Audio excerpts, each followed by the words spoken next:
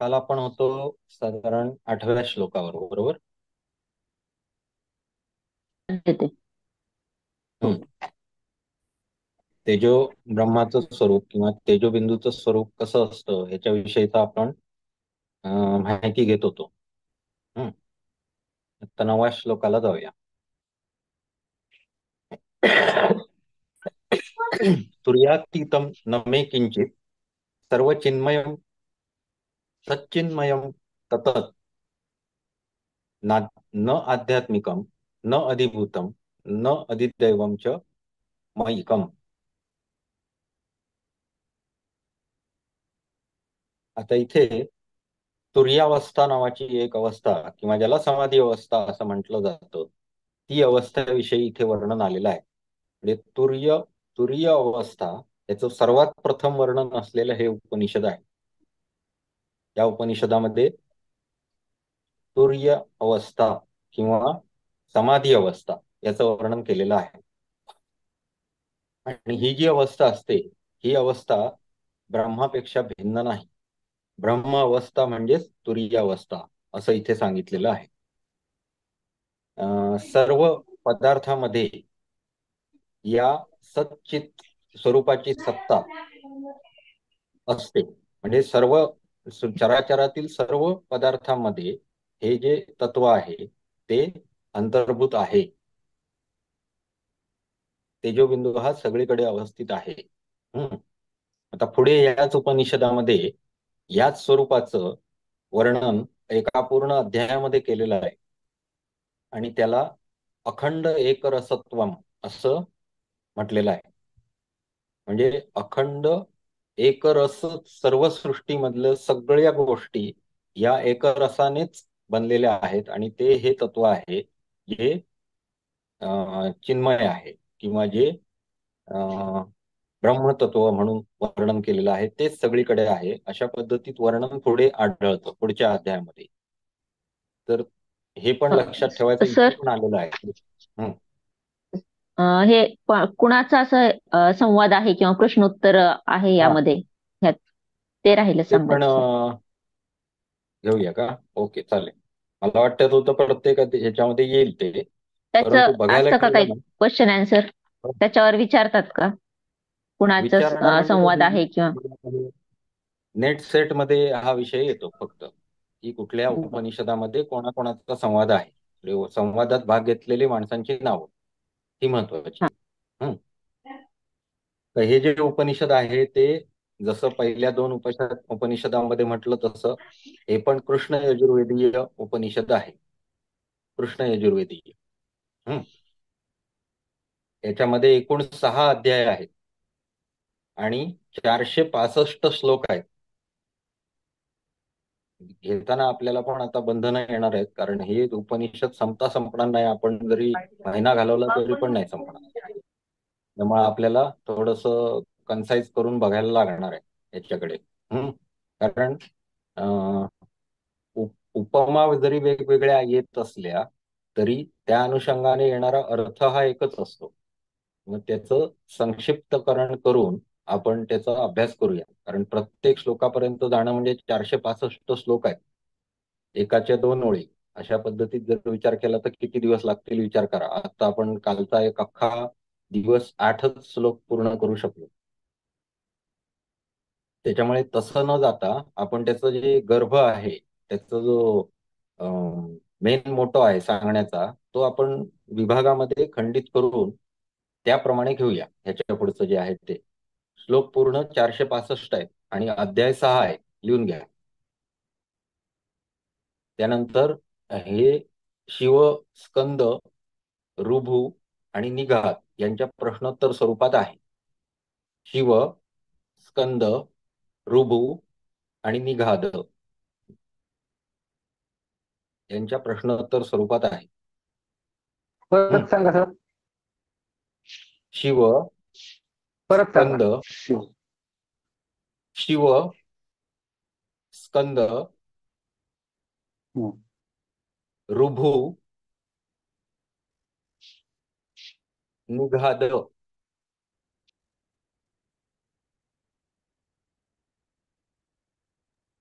शेवटचा सांगा एकदा. निघाद.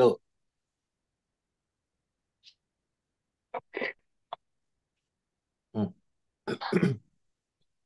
आता ह्याच्यामध्ये काय काय आहे, पहिल्यांदा आपण आता जे बघतोय ते म्हणजे काय, तर निर्विशेष तेजोबिंदूचं वर्णन, म्हणजेच ब्रह्मस्वरूपाचं वर्णन, की ज्याच्याविषयी आपल्याला या उपनिषदामध्ये मेन माहिती दिलेली आहे. तो एक पार्ट झाला या उपनिषदाचा. सर्वात सुरुवातीला याचं वर्णन केलेलं आहे.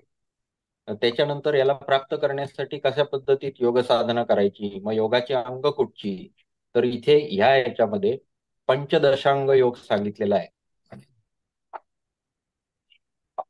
मागच्या उपनिषदामध्ये षडांग योग होता बघा, तशा पद्धतीत इथे पंचदशांग योग म्हणजे 15 अंगांचं वर्णन केलेलं आहे.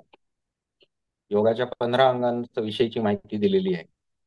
त्याच्यानंतर आहे अखंड एकरसत्वम. त्याच्यानंतरचे जो अध्याय आहे त्याच्यामध्ये याचं वर्णन केलेलं आढळतं, की हे अख्खी जी जग आहे त्याच्यामध्ये एकरस युक्त अखंडपणे वाहणारं एकच तत्व आहे, आणि ते म्हणजे ब्रह्मतत्व, सगळीकडे अस्तित्वात असलेलं तत्व आहे, अशा पद्धतीत वर्णन आहे त्याचं. त्यानंतर या सगळ्या अंगांचं आचरण स्वरूप, समाधीचं स्वरूप कसं असतं, त्याच्यामध्ये अडथळे काही येतात का, असतील तर कुठले आहेत, याच्याविषयीचं वर्णन पण इथे केलेलं आढळतं. त्यानंतर जीवनमुक्ताचं वर्णन आणि विदेहमुक्ताचं वर्णन केलेलं आहे. या दोघांमध्ये काय अवस्था असतात, या दोन अवस्था कशा आहेत, यांच्याविषयीचं पूर्ण वर्णन या उपनिषदामध्ये केलेलं आहे. आणि सर्वात शेवटी अहम ब्रह्मास्मी हे जो मंत्र आहे तो आपल्याला वेदांतामध्ये बघायला मिळतो. वेदांत दर्शन नावाचं दर्शन एक आहे ज्याच्यामध्ये आपल्याला हे शिकायला मिळणार आहे, पण त्याबरोबरच इथे पण त्याचा उगम झालेला आढळतो या उपनिषदामध्ये. अहम ब्रह्मास्मी मंत्र आणि त्याचं महत्व हे आपल्याला शिकवलेलं आहे. तर आपण मूळ आपल्या ठिकाणी येऊया, की तुरीय अवस्था, समाधी अवस्था, याच्यापेक्षा भिन्न काही पदार्थ नाही. त्या अवस्थेमध्ये पोचलेला माणूस हा ब्रह्मातच लीन होतो किंवा ब्रह्ममयच होतो. आध्यात्मिक, आधिभौतिक आणि आधिदैवी और माया से व्याप्त किसी वस्तू की सत्ता नहीं है. म्हणजे काय, तर आपण जे गोष्टी बघतो त्याच्यामध्ये आध्यात्मिक, आधिदैविक आणि आधिभौतिक अशा 3 प्रकारे वर्गीकरण करता येतं. परंतु या सर्वाची आधारभूत वस्तू जी आहे ती मात्र तेजोबिंदू आहे. त्यामुळे त्याच्यामध्ये आणखी परत असले कुठले प्रकार नाहीये. त्याचीच सत्ता आहे. कोणाची सत्ता आहे? तेजोबिंदू किंवा ब्रह्माची सत्ता ही अस्तित्वात आहे. त्याच्यामध्ये आणि परत असले भेद नाही. असं इथे सांगितलेलं आहे.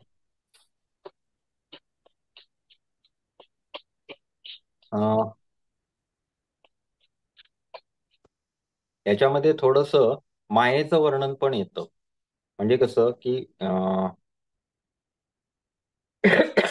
आपण जे संसारातले जे व्यवहार करतो किंवा आपले कर्म करत असतो, म्हणजेच काय, लोकव्यवहार, संसार, क्रियाकलाप, म्हणजे आपल्या सगळ्या क्रिया, डे टू डे लाईफ, सकाळी उठणे, बाजारात जाणे, काय कोण नोकरीवर जाणे, काय असेल ते, या सगळं याच्याविषयी ते म्हणतात की ह्या ज्या सगळ्या गोष्टी आहेत, या सगळ्या गोष्टी मुळात अस्तित्वातच नाही, वास्तविक नाहीच आहेत, काल्पनिक आहेत.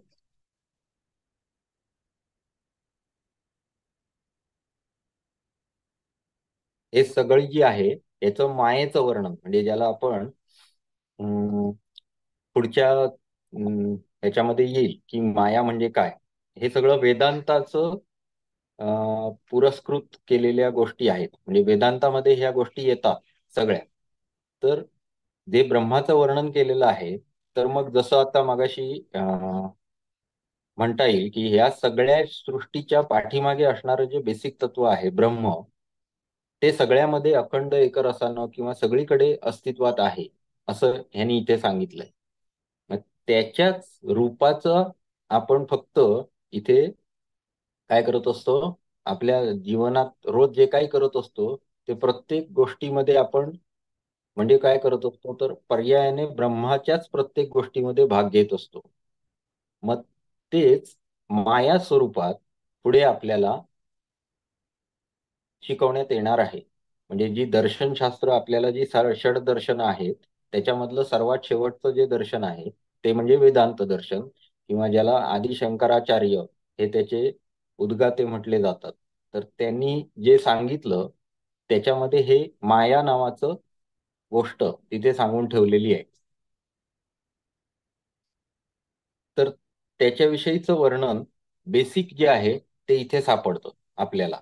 म्हणजे ह्या उपनिषदामध्ये त्याचं मूळ आढळतं, की हे जे सर्व काही आहे त्यांचं म्हणणं असं आहे की वेदांत दर्शनामध्ये जर विचार केला तर त्यांचं म्हणणं असं आहे की या सर्व सृष्टीतील सर्व पदार्थ हे फक्त किंवा चित्तामधलं एक जसं स्वप्न आपल्याला पडतं तशा पद्धतीत ह्या गोष्टी आहेत. यांचं अस्तित्व मुळात नाहीये. हे सर्व चालवणारं जे तत्व आहे त्याला आपण ब्रह्म म्हणतो, तेच फक्त एकमेव अस्तित्वात असलेली गोष्ट आहे. आणि म्हणून त्याला अहम ब्रह्मास्मी इथपर्यंत जाणे किंवा प्रत्यक्षाचे दर्शन होणे, किंवा आपण त्याला काय म्हणतो, आपण ज्या क्रिया सगळ्या केल्यानंतर विशेष प्रकारची प्रज्ञा माणसामध्ये निर्माण होते आणि त्या प्रज्ञेशिवाय या चेतन तत्वाचं आपल्याला दर्शन घडू शकत नाही. कारण का, तर आपला इंद्रियातीत आहे जे ब्रह्मतत्व आहे ते आपण आपल्या 5 इंद्रियांनी त्याला जाणू नाही शकत. मग त्याच्यासाठी आपल्याला आपलं विशेष एक इंद्रिय तयार करायला पाहिजे, त्याचं ज्ञान आपल्याला झालं पाहिजे आणि त्यानंतर मग आपण याचं अवलोकन करू शकतो. मग आपल्याला कळेल की हे एक्झॅक्ट काय आहे. म्हणजे ते म्हणतात ते खरं आहे की खोटं आहे हे आपल्याला तेव्हा कळेल. परंतु या ऋषींनी मात्र सांगताना इथे अशा पद्धतीत सांगून ठेवलेलं आहे. म्हणजे माया या शब्दाचा उगम स्वरूप या ग्रंथामध्ये आढळतं. हे लिहून घ्यायला हरकत नाही, पॉइंट आहे एक.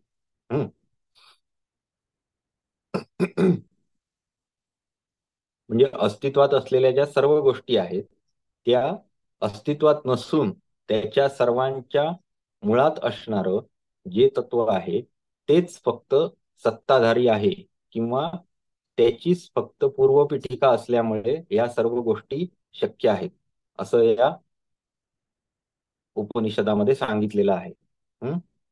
कारण हे क्षणिक नाहीये, हे स्थिर आहे, ते हलत नाही अजिबात, जरा सुद्धा हलत, निश्चलम मागे वर्णन सगळीकडे आढळलेलं आहे. आणि कसं आहे, सूक्ष्म पण आहे, दीर्घ पण आहे, अशा पद्धतीत सर्वव्यापी आहे, सगळ्या ठिकाणी व्याप्त आहे. मग त्यानंच हे निर्माण केलेलं जग आहे आणि त्यामुळे त्याची सगळीकडे सत्ता आहे, अशा पद्धतीत याचं वर्णन आहे.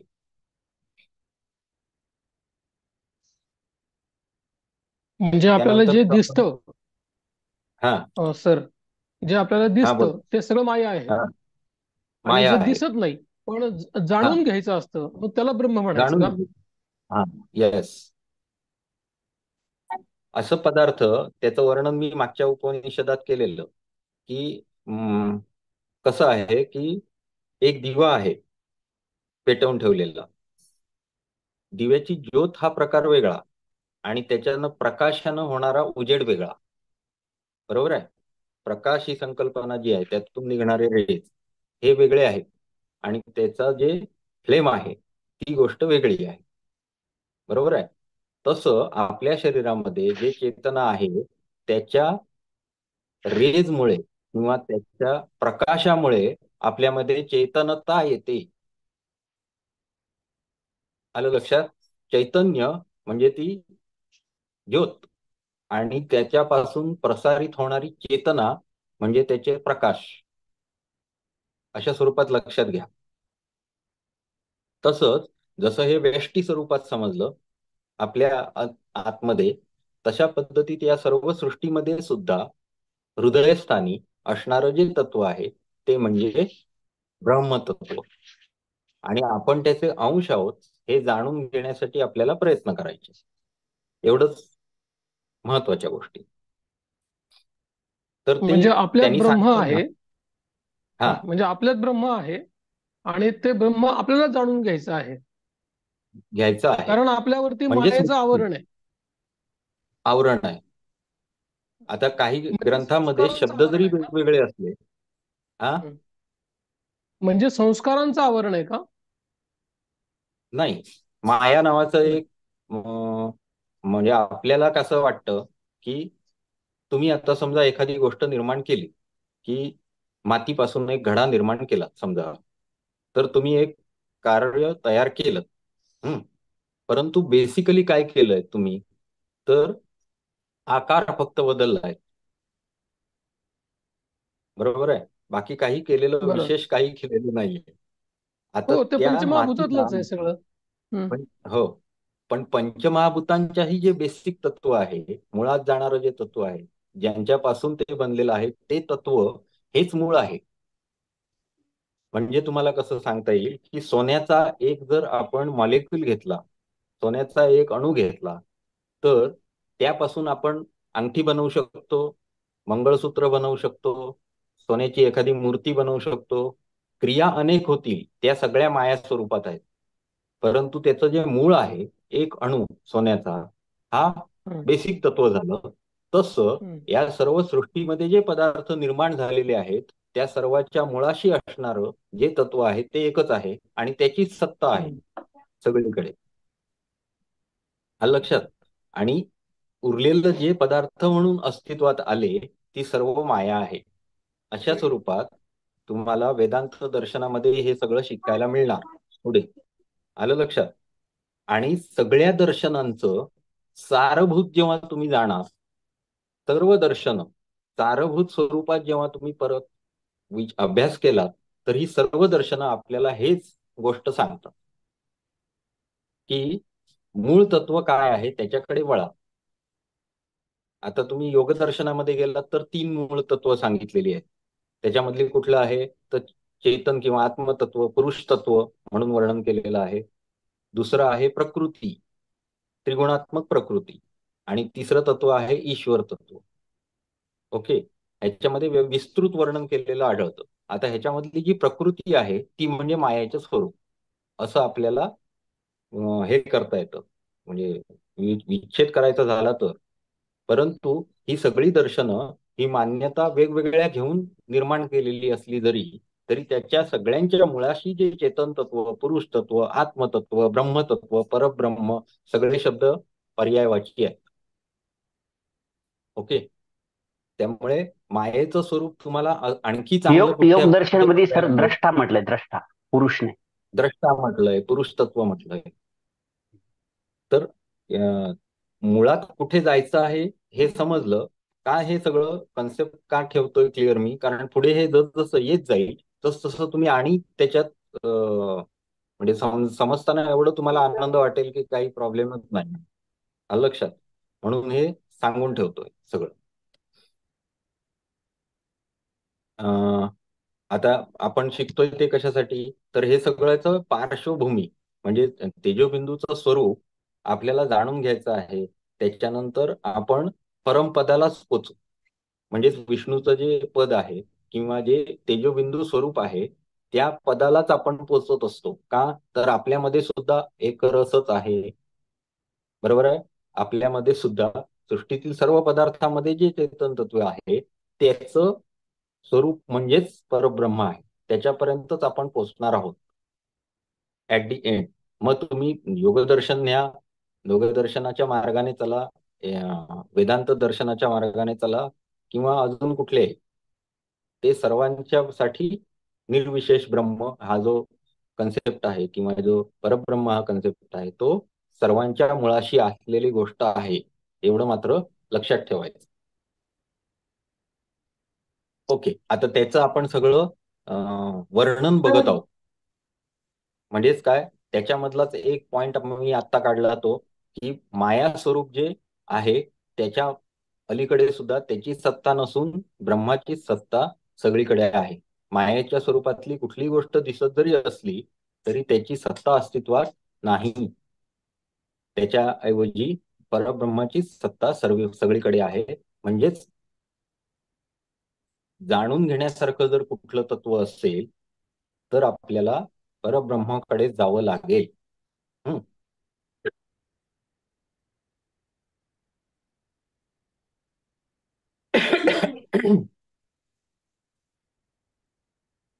जीव एव सदा ब्रह्म सच्चिदानंदम सर्व ब्रह्ममयम प्रोक्तम सर्वम ब्रह्ममयम जगत. हा सरळ सरळ एक श्लोक त्यांनी मांडला की जीव एव सदा ब्रह्म, जीव सदैव ब्रह्म ही है. त्याचं स्वरूप कसं आहे तर सच्चिदानंद स्वरूप आहे. आणि पुढे काय, सर्व ब्रह्ममयम, सर्व सगळं काही ब्रह्ममयच आहे. सर्वम ब्रह्ममयम जगत, सर्व जगत किंवा संसार हा ब्रह्ममय आहे. हा जो श्लोक आहे हा तुम्हाला जसाच्या तसा पुढे ह्याच्यात आलेला दिसेल कुठे, वेदांत दर्शनामध्ये.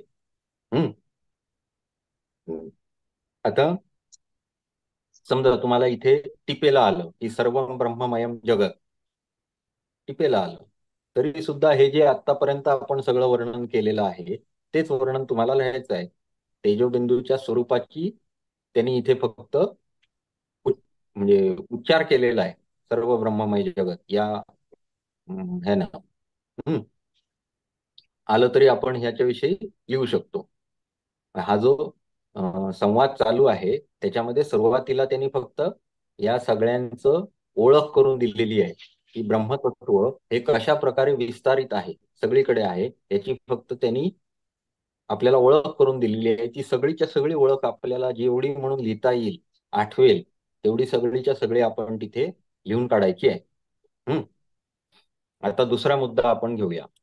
काय होतंय, 465 श्लोक नाही घेता येणार, बरोबर आहे ना. का तुम्ही म्हणजे कंटाळून जाल इतकं ते मोठं होईल. 2 महिने लागतील कमीत कमी एकच उपनिषद शिकायला. त्याच्यामुळे तर हे त्याच्याऐवजी आत्ताचा श्लोक किती नंबरचा आहे, म्हणजे आम्ही तो नोट डाऊन करतो. म्हणजे चालेल. सर्व ब्रह्ममय. हा, ब्रह्ममयम जगत 38 नंबरचा श्लोक आहे.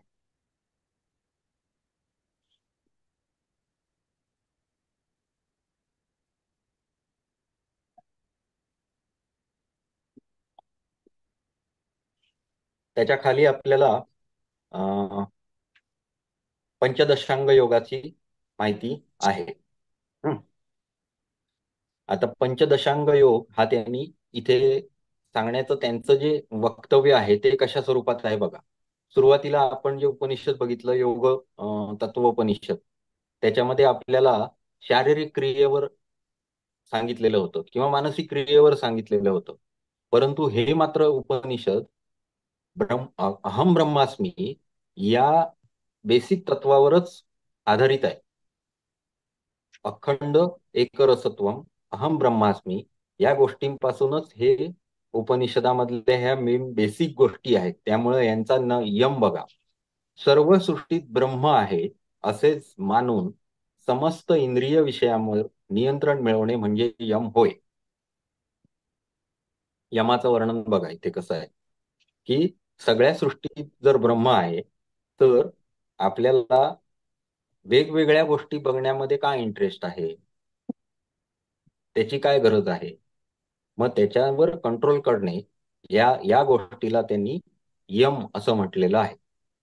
ओके. नियम नियम काय, आपल्या बाबतीत आपण नियम या विषयाचा अर्थ स्वतःला काहीतरी बंधनं घालून घेणे, बरोबर. मग नियम काय काय इथे, सजातीय वृत्ती म्हणजे काय तर ब्रह्माची सगळ्या स्वरूपामध्ये अस्तित्व असणे हा आपण आपल्यावर नियम बांधून घ्यायचा आहे. आपण आपल्याला बांधून जर घेतलं तर हळूहळू ती भावना दृढ होते, अभ्यासाने ती दृढ होते आणि दृढ भावना निर्माण करणे म्हणजेच नियम. अशा पद्धतीत नियम आपल्याला आपण घालून घ्यायचा आहे. ओके. विजातीय वृत्ती म्हणजे काय? तर सर, ते 38वं जो सूत्र निर्देश, म्हणले तुम्ही, ते कोणत्या अध्यायातलंय? कुठलं? आता ते मॅडमने विचारलं होतं ना, 38व्या सूत्राचा तुम्ही हा, उल्लेख केला पहिल्याच त्याच्या पहिल्याच अगोदर. पहिल्याच पहिल्या पहिल्याच अध्यायात पहिल्याच ओके सर. हम्म. आता सजातीय वृत्ती झाली म्हणजे काय? तर आपण त्या प्रत्येक वस्तूमध्ये ब्रह्म आहे अशा पद्धतीची जाणीव होणे किंवा जाणीव आपल्यामध्ये दृढ करणे, याला आपण सजातीय वृत्ती म्हटली. त्याच्या उलट विजातीय. विजातीय म्हणजे काय?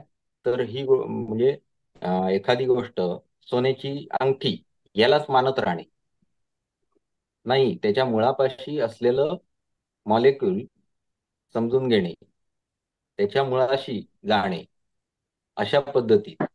तर हा जो नियम आहे त्याच्यात आपल्याला घालायचा आहे. ही विजातीय वृत्ती आपल्याला सोडून द्यायची आहे आणि त्याच्याऐवजी सजातीय वृत्ती म्हणजेच त्याच्या मुळाशी असलेलं एकच तत्व आहे, ब्रह्म आहे. आणि म्हणून मागच्या उपनिषदामध्ये सुद्धा हा विषय आलेला होता की सर्व गोष्टींकडे आत्मभावनेने बघणे. आपल्या इंद्रियावर ताबा मिळवण्यासाठी त्यांनी काय सांगितलेलं की सर्व गोष्टींमध्ये आत्मतत्व अस्तित्वात आहे, ब्रह्मतत्व अस्तित्वात आहे. अशा पद्धतीत जेव्हा तुम्ही बघायला सुरू कराल तेव्हा त्यांच्या विषयांपासून त्याला तुम्ही परावृत्त करू शकता. बरोबर? तसंच इथे पण सजातीय वृत्ती आणि विजातीय वृत्ती अशा पद्धतीत नियम समजावताना त्यांनी समजावलेला आहे. आला विषय लक्षात मॅडम? ठीक आहे. मग आता आपल्याला काय करायचं आहे? तर सजातीय वृत्ती नियमामध्ये वाढवायची आहे आणि विजातीय वृत्ती आपल्याला कमी करत न्यायची आहे. म्हणजेच आत्मभावना निर्माण करायची आहे आपल्यामध्ये. म्हणजे आपल्या विचारांमध्ये हा बदल नेहमीच स्वरूपात करायचा आहे, ही भावना आपल्यामध्ये दृढ करायची आहे. आता ह्याचा काय दुसरा हे काय होतो? तर समजा की मला राग आला कोणाचा तरी आणि मी त्याला 2 फटके मारले. जर मी माझ्यामध्ये आत्मभावना निर्माण केली असेल तर मी मारेन का? का का नाही मारणार? तर मला जे माझ्यात जे ब्रह्मतत्व आहे तेच त्याच्यामध्ये आहे, ही ज्याला जाणीव होते तो माणूस बाकीचे जे षड्रिपू आहेत तो ऑटोमॅटिकच सोडतो.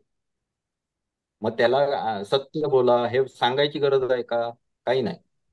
मी ज्या तत्वानं बनलेला आहे तोच दुसरा तत्वानं बनलेला आहे, हे ज्याची भावना दृढ झाली तो माणूस अहिंसा, सत्य, अस्तेय, ब्रह्मचर्य, अपरिग्रह ह्या गोष्टी ऑटोमॅटिक पालन करायला सुरुवात करणार. बरोबर आहे? म्हणून ही उपनिषद आहे ती कळायला कठीण का मानली जातात? त्याचं कारण हे की तुम्हाला हे या सगळ्याच्या मुळाशीच नेण्याचा प्रयत्न इथे इथे केलेला असतो. वरवरच्या गोष्टी सांगितलेल्याच नसतात. परंतु पुढच्या ग्रंथांमध्ये करताना मग हे अचानक अशी वृत्ती डेव्हलप करणे हे फार कठीण आहे. मग ती करण्यासाठी मग तुम्हाला काय क्रिया कराव्या लागतील, ह्या सगळ्या पुढच्या ग्रंथांमध्ये येतात. आणि मग हळूहळू माणूस होणार कुठपर्यंत तयार? तर सजातीय वृत्तीनं तयार होणार आणि विजातीय वृत्ती सोडत जाणार. हीच क्रिया त्याच्या शरीरामध्ये घडणार. आलं का लक्षात? तर हे आपल्याला दृढ भावनेपर्यंत जाणे म्हणजे नियम. त्याच्यानंतरचं आहे त्याग.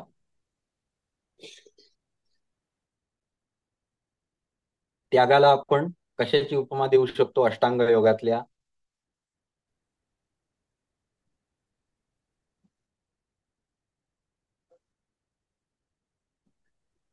काही वैराग्य. सुचतंय का? वैराग्य. वैराग्य. पण अष्टांग योगामध्ये वैराग्य नाहीये, परंतु प्रत्याहार आहे बघा. बरोबर? प्रत्याहार. प्रत्याहार.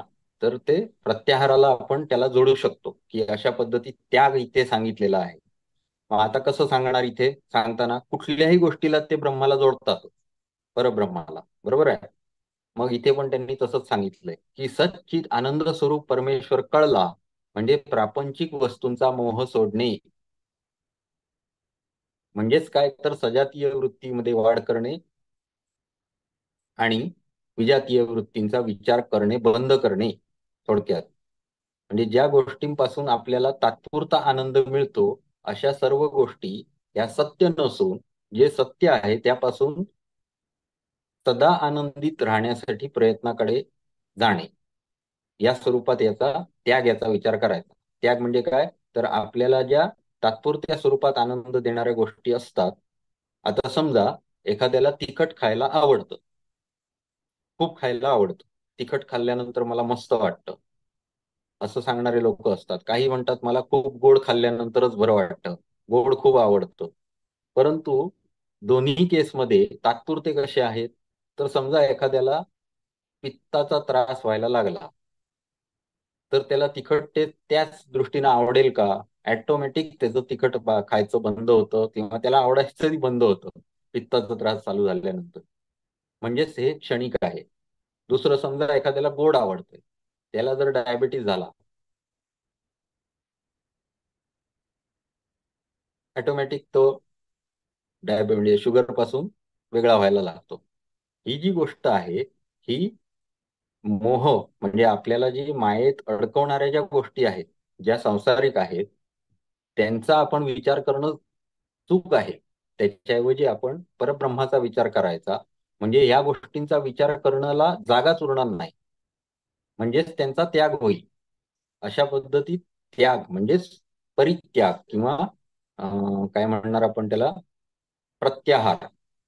इंद्रियांचे जे विषय आहेत, हा, इंद्रियांचे जे विषय आहेत त्यांच्यामध्ये अडकून न पडणे म्हणजेच प्रत्याहार म्हणजेच त्याग.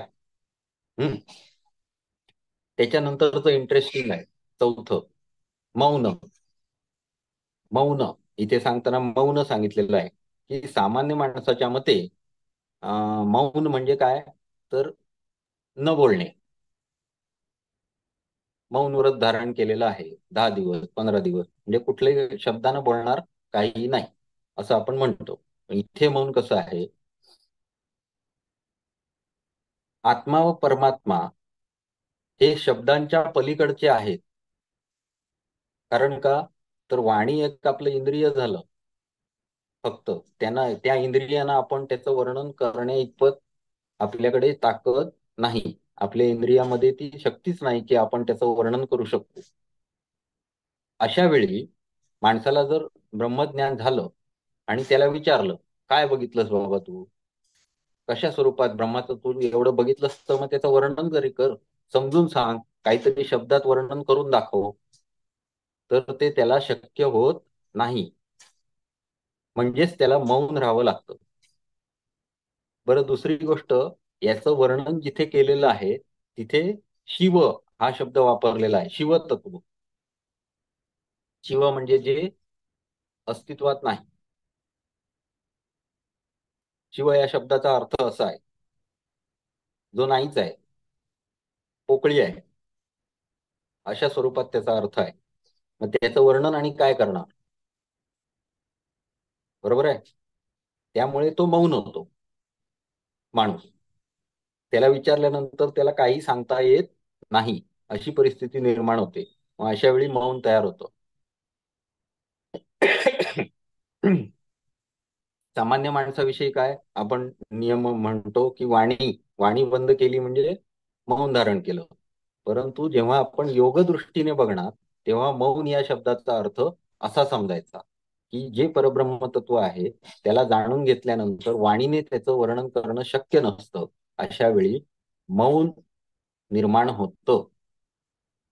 आलं लक्षात. या मौनापर्यंत आपल्याला पोहोचायचं आहे. मौन हे आपल्या पंचदशांग योगामधलं एक चौथं हे झालं. देश, प्रत्येक गोष्टीचा इथे त्यांनी परमात्म तत्वाशी जोडलेला आहे संबंध. मग आता अनुभवायचं देश, देश म्हणजे काय आपण म्हणतो विस्तार, कुठल्याही गोष्टीचा विस्तार, की आपण कशा पद्धतीत अनुभवू शकतो. तर आपल्याला आपलं जे आता सायन्स करत आहे त्याचा जर विचार केला तर हेच अनुभवत आहे. आपल्या विज्ञानाचा जर विचार केला तर ते इथे बसतं. विज्ञान काय करतंय, तर आपल्या सगळ्या युनिव्हर्सचा किंवा सगळ्या कॉस्मॉसचा, सगळ्या बाजूने कसा विस्तार होतो, झाला आहे, सुरुवात कशी झाली, त्याचं व्याप्ती किती आहे, किती किती मोठ्या स्वरूपात आहे, या सगळ्यांचे प्रश्नांची उत्तरं आज त्यांच्याकडे नसूनही ते शोध घेत आहेत. बरोबर आहे. विस्तार अनुभवणे. आता जेव्हा एखादा माणूस ब्रह्मतत्व शोधायला निघाला की त्याचा विस्तार कसा आहे, तर तो आपल्या घरातूनच सुरू करेल, घरातल्या वस्तू बघून सुरू करेल. प्रत्येक गोष्टीमध्ये आत्मतत्व बघायला लागल्यानंतर कशा पद्धतीनं विस्तार होत गेला हे त्याला कळायला लागेल. म्हणजे उदाहरणार्थ, एक मॉलिक्यूल गोल्डचा होता, त्याचा विस्तार होऊन त्याच्यापासून अंगठी झाली, अंगठीचा आणि विस्तार होऊन किंवा त्याच गोल्ड पासून कोणाचा तरी हार झालाय, कोणाचं तरी मंगळसूत्र झालंय.